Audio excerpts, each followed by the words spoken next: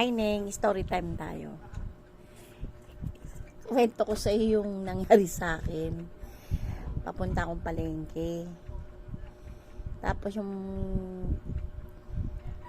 maandar yung tricycle, napadaan kami sa may bandang bahay nung kabatch ko. Yung kabatch ko na yun, kalbo. Tama, pagdaan sa kanila, may nakatayong kalbo. Kasing katawan niya, kasing pati yung ulo niya. So, malayo pa lang kita ko na kasi nakatalikod eh. Pagtapat sa kanya, sumigaw ako, "Hoy, kalbo, masamang tao." Kasi visit talaga ako dun eh. Parang, ano ako dun eh. Dun, lagi nang aasar. So, yun na yung ganti ko sa kanya. Tapos yung lagpas ng konti, sumilip ako. Hindi pala siya yun. Ibang tama. Oo.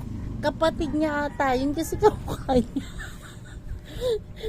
Pati yung driver, tawa ng tawa.